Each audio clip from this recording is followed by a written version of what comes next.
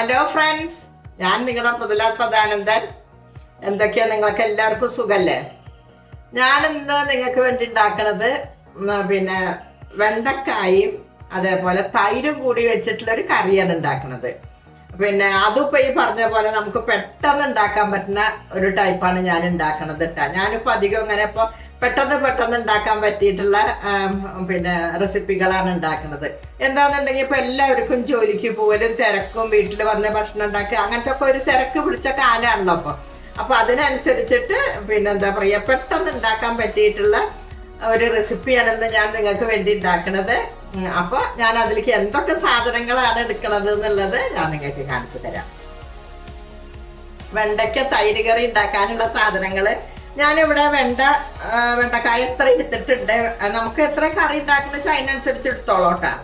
പിന്നെ വേണ്ടത് ഞാനിവിടെ ഒരു വലിയൊരു സവാള ഇതേപോലെ ചെറുതാക്കി കൊത്തി എരിഞ്ഞ് വെച്ചിട്ടുണ്ട്. പിന്നെ ഒരു അഞ്ച് അല്ലി വെളുത്തുള്ളി എടുത്തിട്ടുണ്ട്. പിന്നെ കുറച്ച് ഇഞ്ചി ചെറുതാക്കി നുറുക്കി എടുത്തിട്ടുണ്ട്, അതേപോലെ ചെറുതാക്കി നുറുക്കി എടുത്തിട്ടുണ്ട്. ഒരു 3 പച്ചമുളക് എടുത്തിട്ടുണ്ട്, കുറച്ച് ജീരകം, പിന്നെ കുറച്ച് മഞ്ഞൾപ്പൊടി, പിന്നെ നമ്മുടെ ഉപ്പ്, നമ്മുടെ വെളിച്ചെണ്ണ. ഇത്രയും സാധനങ്ങളാണ് നമുക്ക് ഈ കറി ഉണ്ടാക്കാൻ ആവശ്യമുള്ളത്. അപ്പൊ എന്നാ നമുക്കിനി ഉണ്ടാക്കാനൊക്കെ നോക്കിയാലോ.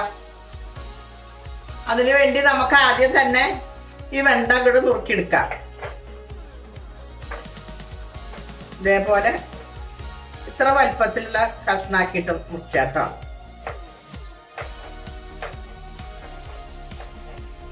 ഞാൻ ഈ വെണ്ട കഴുകിയെടുത്തതാണ് കേട്ടോ.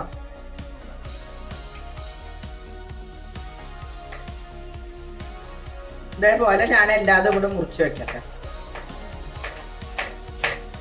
ഞാനിപ്പോ ഈ വെണ്ട ഇതേപോലെ നുറുക്കി വെച്ചിട്ടുണ്ടല്ലോ, അതിലേക്ക് നമുക്കുണ്ടല്ലോ കുറച്ച് ഉപ്പ് ഇട്ടിട്ടുണ്ട്. അതേപോലെ തന്നെ ഈ മഞ്ഞൾപ്പൊടി ഇട്ടിട്ട് നമുക്ക് കൈ കൊണ്ട് തന്നെ ഒന്നും കൂടെ കുഴച്ച് വെക്കാം.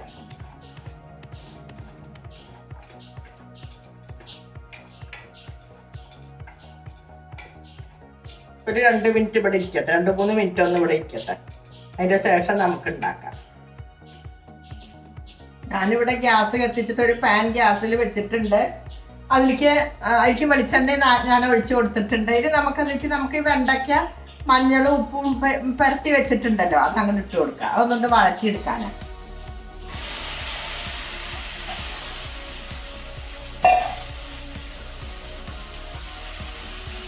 ഇതൊന്നങ്ങോട്ട് വഴറ്റിയെടുക്കാം നമുക്ക്.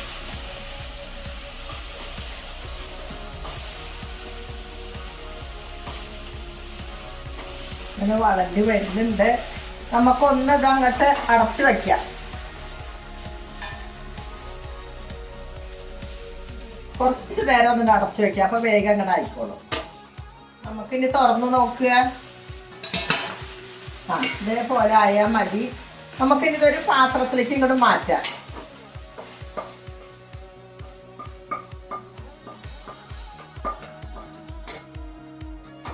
ഇവിടെ തന്നെ ഇരിക്കട്ടെ.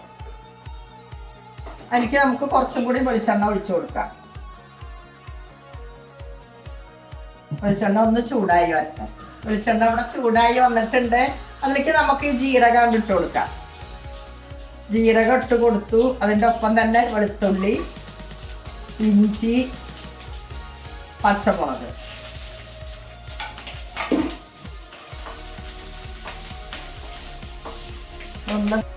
അതിൻ്റെ ഒപ്പം തന്നെ നമുക്കിനി സവാള നമ്മൾ അരിഞ്ഞ് വെച്ചിട്ടുണ്ടല്ലോ, അതവിടെ ഇട്ട് കൊടുക്കാം.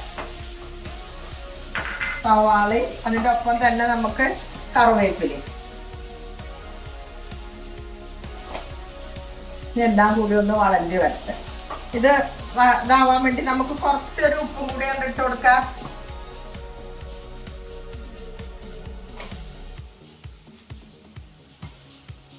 കുറച്ച് മതി ഉപ്പ്. നമ്മൾ അതിൽ ഉപ്പ് കുറച്ച് പരത്തിയതാണല്ലോ, അപ്പൊ അതിലേക്ക് പാകമുള്ളതായിട്ടുള്ള ഉപ്പ് മതി. ഇത്ര ഉപ്പിട്ട് കൊടുത്തിട്ടുണ്ട്. ഇനി നമുക്ക് നോക്കിയിട്ട് വേണമെന്നുണ്ടെങ്കിൽ അപ്പോടാ ഇതൊന്നുകൊണ്ട് വളഞ്ഞു വരട്ടെ. വല്ലാതെ ബ്രൗൺ കളർ ആവുമൊന്നും വേണ്ട കേട്ടോ, ഒന്നും ഇങ്ങോട്ട് വാടി വരികയേ വേണ്ടു. ഇതേപോലെ ആയാൽ മതി. കണ്ടില്ലേ, ഇതാ ഇതേപോലെ ആയാൽ മതി. ഇനി നമുക്ക് ഗ്യാസ് ഓഫാക്കാം.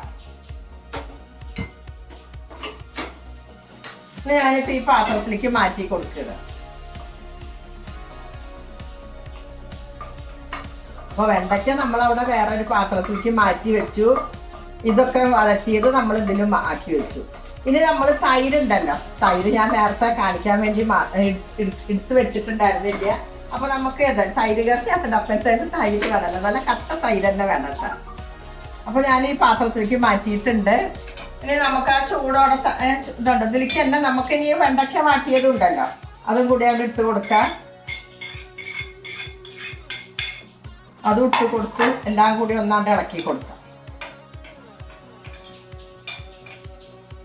കണ്ടില്ലേ? ഇളക്കിയതിന് ശേഷം നമുക്കിതാ തൈര് തന്നെ വേണം കേട്ടോ. അപ്പൊ ആ തൈര് നമുക്കവിടെ ഒഴിച്ചു കൊടുക്കാം.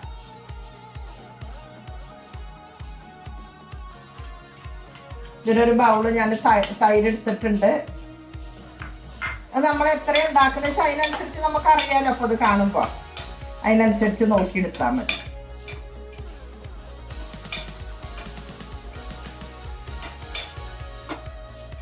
ഞാനിത് വേറൊരു പാത്രത്തിലാക്കിയിട്ട് നിങ്ങൾക്ക് കാണിക്കാം. കണ്ടില്ലേ? നല്ല ടേസ്റ്റ് കേട്ടോ. പക്ഷെ ഞാനൊന്ന് ഉപ്പൊന്ന് നോക്കട്ടെ.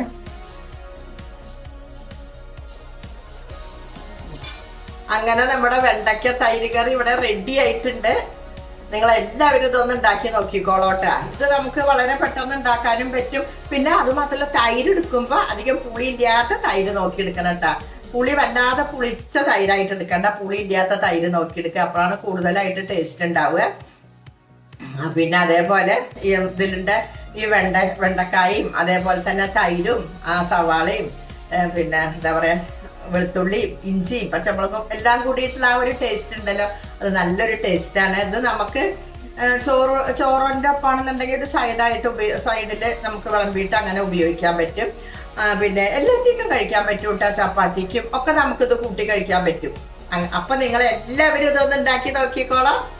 അപ്പൊ നമുക്ക് എന്നാലും ഇനി അടുത്ത വീഡിയോയിൽ കാണാം.